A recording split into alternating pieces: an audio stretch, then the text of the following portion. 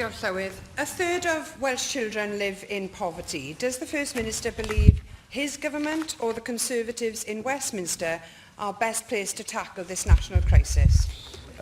In terms of being best placed to tackle it, there's no doubt the UK government has a very strong role through the welfare system, through the way it can look at tax credits, but it has unfortunately walked away from the role that government should have, which is firstly to reduce inequality in society, and secondly to ensure that money goes where money is needed most around the UK, and that is something that they have not taken forward over the last 8 years.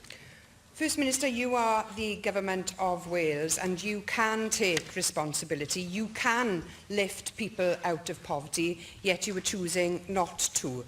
Your ministers claim that the devolution of welfare administration would undermine the social union of the UK. Now, putting aside the fact that every other government in the UK has power to administer welfare, does he think this reckless undermining of the social union has driven calls for the devolution of welfare from the Institute of Public Policy Research, Shelter Cymru, the Assembly's Cross-Party Equalities Committee, the Bevan Foundation, the Trussell Trust, the Scottish Labour Party, the Scottish Liberal Democrat Party, the UK Labour Party, the Labour Mayor of Manchester, and there are many more.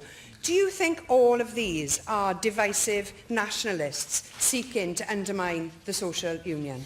Well, I have to say, I find it extraordinary to be accused as a progressive politician, and all of us on these benches, that we are choosing not to address child poverty. That is a profoundly unfair allegation to make, but that's the allegation that she has made. I have to say, the suggestion that this is entirely within the hands of Welsh Government is simply fallacious. We know the UK Government has substantial levers in terms of welfare, in terms of the benefit system, in terms of employment law, in terms of the setting of the real living wage.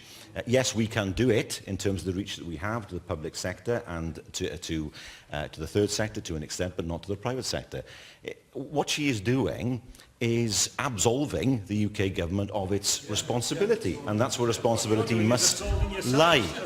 Now, it's one thing to say, let's administer benefits, but there are two problems with that. First of all, the Scots are spending money on bureaucracy.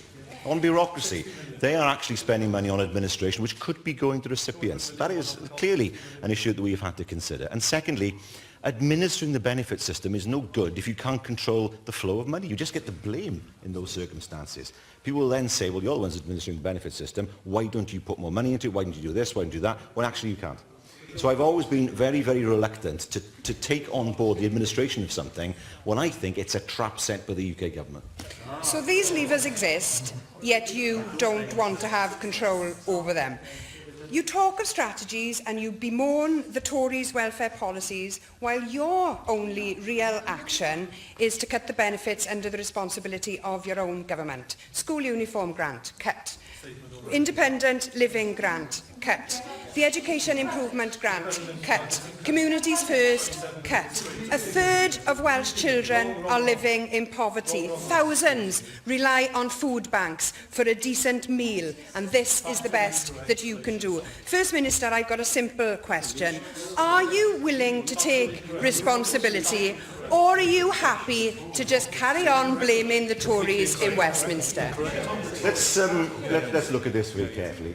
The leader of Plaid Cymru represents a party that wants to see an independent Wales. I knew that was coming. And that, well, I know it's the case. And the reality is that we are recipients of transfers of money through the benefit system because of our membership of the UK.